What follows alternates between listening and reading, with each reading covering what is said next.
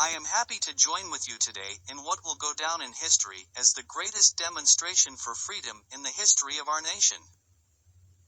50 years ago, a great American in whose symbolic shadow we stand today signed the Emancipation Proclamation. This momentous decree came as a great beckoning light of hope to millions of Negro slaves who had been seared in the flames of withering injustice. It came as a joyous daybreak to end the long night of their captivity. But 100 years later, the Negro is still not free. 100 years later, the life of the Negro is still sadly crippled by the manacles of segregation and the chains of discrimination. 100 years later, the Negro lives on a lonely island of poverty in the midst of a vast ocean of material prosperity. 100 years later, the Negro is still languishing in the comers of American society and finds himself in exile in his own land. We all have come to this hallowed spot to remind America of the fierce urgency of now. Now is the time to rise from the dark and desolate valley of segregation to the sunlit path of racial justice. Now is the time to change racial injustice to the solid rock of brotherhood. Now is the time to make justice ring out for all of God's children. There will be neither rest nor tranquility in America until the Negro is granted citizenship rights.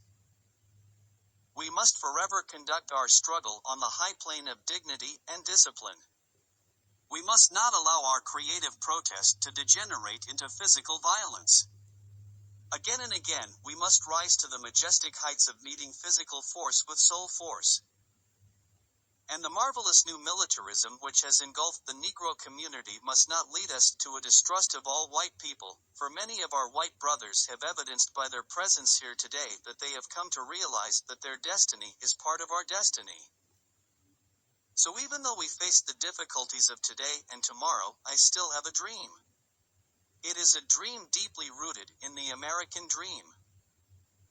I have a dream that one day this nation will rise up and live out the true meaning of its creed. We hold these truths to be self-evident, that all men are created equal. I have a dream that one day on the red hills of Georgia the sons of former slaves and the sons of former slave owners will be able to sit together at the table of brotherhood. I have a dream that one day even the state of Mississippi, a state sweltering with the heat of injustice, sweltering with the heat of oppression, will be transformed into an oasis of freedom and justice. I have a dream that little children will one day live in a nation where they will not be judged by the color of their skin but by the content of their character. I have a dream today. I have a dream that one day down in Alabama, with its vicious racists, with its governor having his lips dripping with the words of interposition and nullification, one day right there in Alabama little black boys and black girls will be able to join hands with little white boys and white girls as sisters and brothers. I have a dream today. I have a dream that one day every valley shall be exalted, every hill and mountain shall be made low, the rough places plains, and the crooked places will be made straight, and before the Lord will be revealed, and all flesh shall see it together. This is our hope. This is the faith that I go back to the mount with. With this faith we will be able to hew out of the mountain of despair a stone of hope. With this faith we will be able to transform the genuine discords of our nation into a beautiful symphony of brotherhood. With this faith we will be able to work together, pray together, to struggle together, to go to jail together, to stand up for freedom forever, knowing that we will be free one day. And I say to you today, my friends, let freedom ring.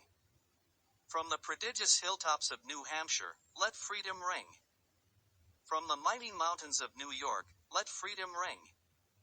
From the mighty Alleghenies of Pennsylvania, let freedom ring from the snow-capped Rockies of Colorado.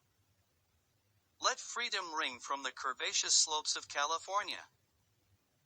But not only there, let freedom ring from the Stone Mountain of Georgia. Let freedom ring from Lookout Mountain in Tennessee. Let freedom ring from every hill and molehill in Mississippi. From every mountainside, let freedom ring.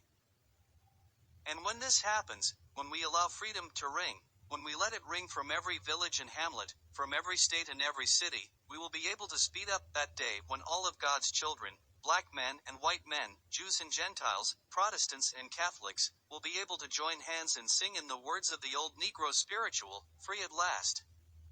Free at last. Thank God Almighty, we're free at last.